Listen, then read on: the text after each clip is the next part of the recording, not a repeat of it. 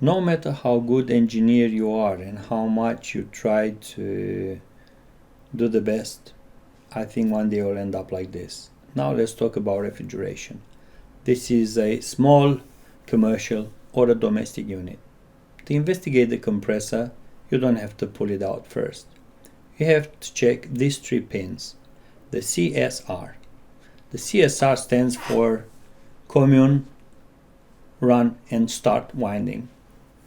I will show you a couple of wiring methods for different compressors. So this one is quite simple. You only have the relay and the thermal overload switch onto the neutral. And here you can see many other types. Make sure, if you'll ever attend a job, that you respect the wiring diagram. Otherwise, you can get in trouble, burn the compressor, or your compressor will not run. So, you will see how compressor look in a real world. On the left hand side, lower side. Now let's focus on the compressor winding. You have a commune, a start and a run. Now, if you have a good multimeter, calibrated one, you can check the winding. You can check in between C and run, between commune and start, and that value added together, when you check the resistance, will give you the resistance between run and start, according to the electrical law. And then you will conclude that your winding, it is okay. Once you establish that the winding of your compressor are okay, you have to do an earth leak test. And with the appropriate mega, make sure that the value, it is not under 1 mega ohm. Otherwise your compressor won't be safe to run. So if you are happy with this procedure, you will reconnect the compressor and you will start investigating the control box and probably the electronic PC board, if the fridge got one. Also, I would suggest that you pay closer attention to the socket. Have a visual inspection. See if it's damaged. Sometimes sockets are damaged, or maybe the connection get old or loose, and then you might have an imperfect connection in between the plug and the socket. Sometimes plugs burn and socket burns too. And believe me or not, I've seen a home burn because one of this situation. Actually, it wasn't a home, it was a clothing manufacturer in Australia, Sydney. Now the control have some special cables which links the control to the little printed circuit board that controls the fridge function. You have to check this too to one point, and this is not very complicated. However, anytime when you will pull the lid out of a control, it's a common sense that on the lid you will have the drawings. And the drawings will clearly show you how to check point by point where the system loses its power. Now, if you want to make sure that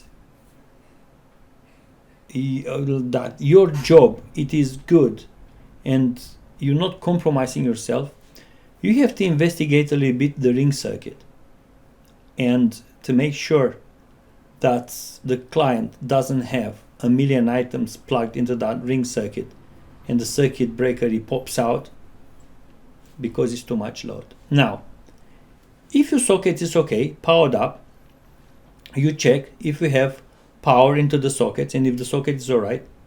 When you plug the fridge into that socket, you're supposed to have power into the control box, and you check. If you do not have power, the power doesn't reach the control box, it is time to check the plug. The plugs have fuses. Mostly for this type of sockets, they're 13 amps. And sometimes they burn. That's why I would suggest that you will check the plug's fuse. How can you do this? They're different kind of plugs. Some of the plugs will give you an easy access to the fuse. Some of them have to be completely open. As you will see in this case, I have to remove the lid and I look to the fuse. I pull out the fuse and with a multimeter I use the continuity and I checked. So I have a very low resistance, under 1 mega ohm, much under 1, 0.00 whatever. Perfect continuity doesn't exist, unfortunately. Also, look at the plug on the top. Sometimes the wire might be disconnected. Things happen. You have to have a look. Once you repair that one, you'll prepare yourself to plug the system into a socket. So before, you make sure the ring circuit it is active. And as I said before, look if there's too many items plugged in, and if when you plug yours, if the circuit breaker pops out, try to calculate the load against the circuit breaker. Now it's time to plug the refrigeration equipment in. You're aware that the cord got power. Now you have to go into the control box and to check the connections of the plug, of the cord. You have a live and neutral. When you put the multimeter, you have 240 volts. Now the power should go to every single terminal where it needs to be. If it doesn't happen, you have a multimeter to check. But if everything is okay, the compressor, the evaporator fan, and the defrost timer, they all three should run. If not, you have to check where the continuity is broken. When you open the door, the evaporator fan will stop and the light inside the fridge will come on. It's a common sense. You do not want to push the cold air outside. So the compressor will work and the defrost timer. Once you do this test and you see everything is working, you might be lucky. Only the fuse popped out. But if you're not, you have to continue the investigation. Now, one of the things that can fail is the thermostat. If you have the system plugged, which is not recommended, you have to have a potential difference of 240 volts, even if the thermostat is asking for the system to run, which means you have the switch inside the thermostat damaged or the capillary lost the pressure from the bulb and your thermostat must be replaced.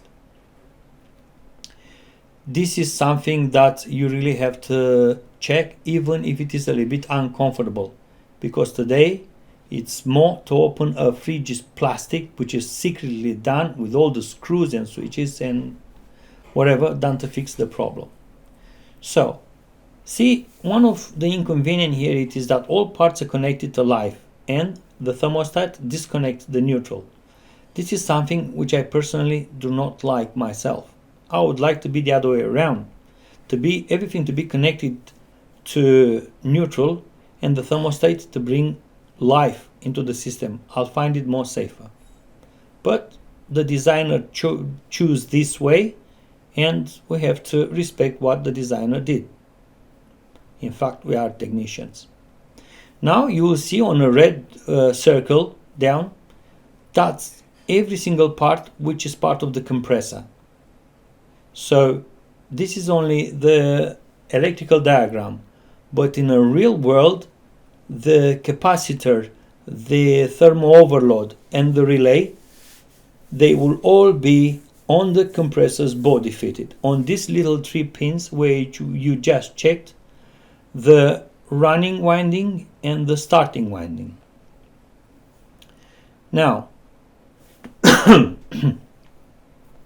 if everything it is okay, make sure you put the wires nicely back.